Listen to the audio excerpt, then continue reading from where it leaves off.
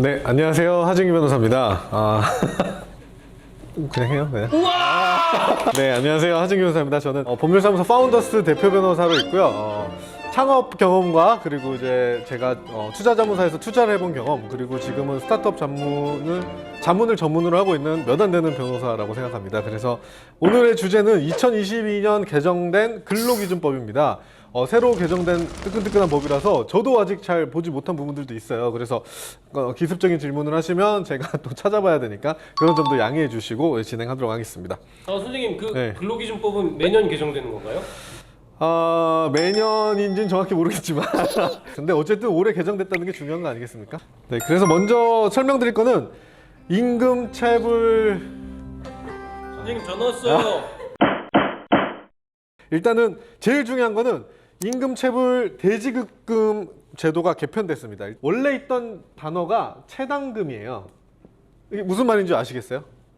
몰라요. 네, 진짜 모르겠죠. 네, 저도 외워야 알 만큼 모르는 건데 이게 뭐냐면은 사업자가 노동자한테 줘야 될 임금이 있잖아요. 그거를 안 줬을 때 노동부나 노동위에서 대신 받아주는 거거든요. 그래서 이 용어를 이제 바꿨어요. 이거 너무 어렵잖아요. 체당금.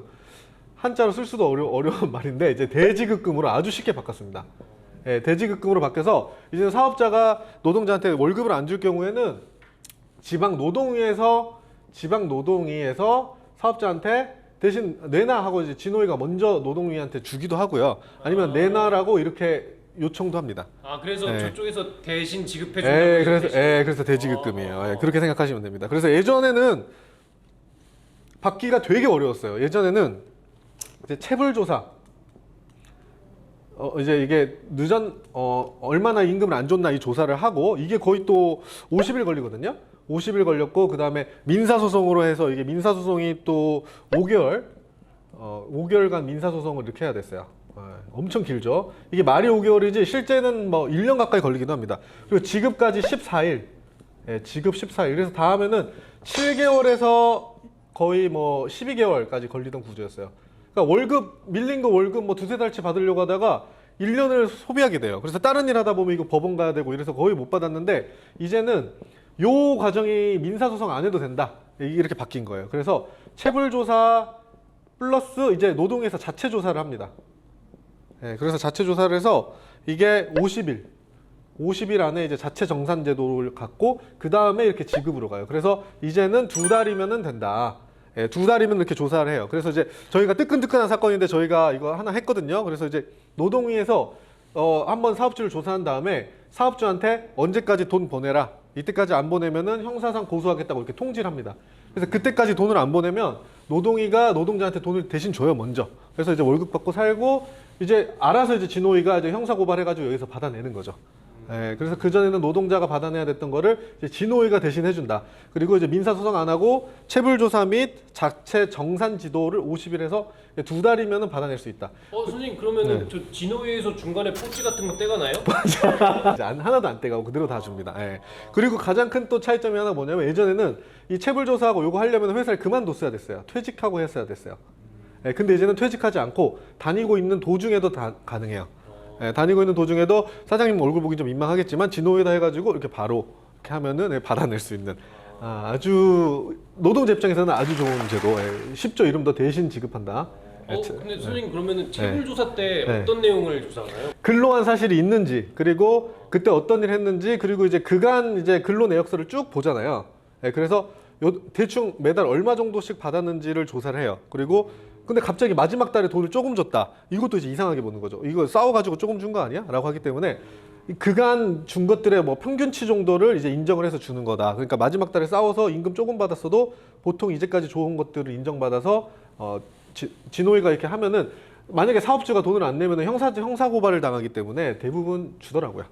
대부분 줍니다. 그래서 제도가 훨씬 간편해졌다. 그렇게 보시면 됩니다. 자, 이제 두 번째는 산업안전보건법 범위가 확대됐습니다. 이게 무슨 말이냐면 우리가 이제 콜센터에 전화할 때 맨날 나오는 그 멘트 있잖아요. 지금 폭언으로 하면은 이분도 여러분의 가족이고 뭐 녹음되고 산업안전보건법이라서 처벌받을 수 있다. 그게 있는데 예전에는 이제 고객 응대 근로자에 대해서만 이게 적용이 됐어요.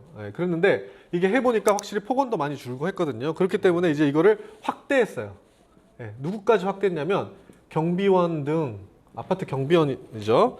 경비원 등 이제 그 일반 근로자, 경비원 같은 일반 근로자에도 이게 적용이 됩니다. 예, 그래서 이제 경비원 같은 이제 일반 근로자들한테도 폭언이나 이런 것들 하면은 이제 이 고객 그 산업안전보건법에 따라서 이 경비원 같은 분들도 보호받을 수가 있고 또 잘못하면 이렇게 한 사람들은 처벌을 받을 수도 있어요. 근데 또 핵심은 그 경비원 같은 일반 고객이 한 것뿐만이 아니라 상사까지 포함됩니다. 상사. 예, 같은 직장의 상사라고 하더라도 이제 같은 일반 근로자한테 폭언 같은 거를 할 경우에 이제 그 산업안전보건법에 따라서 이제 그 이 사람의 권리를 보호할 수 있는 여러 조치들이 행해지게 돼요. 예, 그 조치들이 뭐냐? 1번 업무의 일시적 그 중단 또는 전환. 예, 너무 힘들잖아요. 그러니까 일시 중단해야죠. 너무 힘드니까. 중단 플러스 전환. 예, 다른 부서로 가주세요라고 하는 거고. 2번 휴게 시간 연장. 요구를 할 수 있는 거예요. 내 휴게 시간 연장해줘. 이렇게 요구할 수 있는 거고. 3번 내가 마음의 상처를 입었으니까 건강장애 및 치료 상담 지원. 예, 건강장애 이런 거 치료해달라. 그리고 4번이 이제 고소고발 이제 너무 심하면 고소고발을 할 수 있잖아요. 이때 그 할 수 있는 비용 같은 것들을 지원해달라. 예, 이런 4가지 조치를 이 옛날에는 이제 그 콜센터 직원만 할 수 있었다면 이제는 경비원 같은 일반 근로자들도 이제 이것들 요구를 할 수가 있어요. 그럼 선생님 그러면은 상사 같은 경우가 네. 그 팀원한테 폭언을 하고 싶다. 네. 그러면 좀 딜을 치면 되겠네요. 10분 정도 폭언할 테니까 네.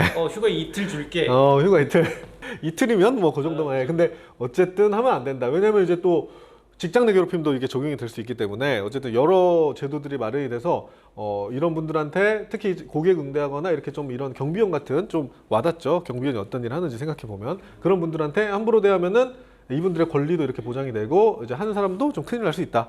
예, 좀 이렇게 손해배상도 당할 수 있고 그렇게 됩니다. 근데 폭언의 기준 같은 게 있나요? 예.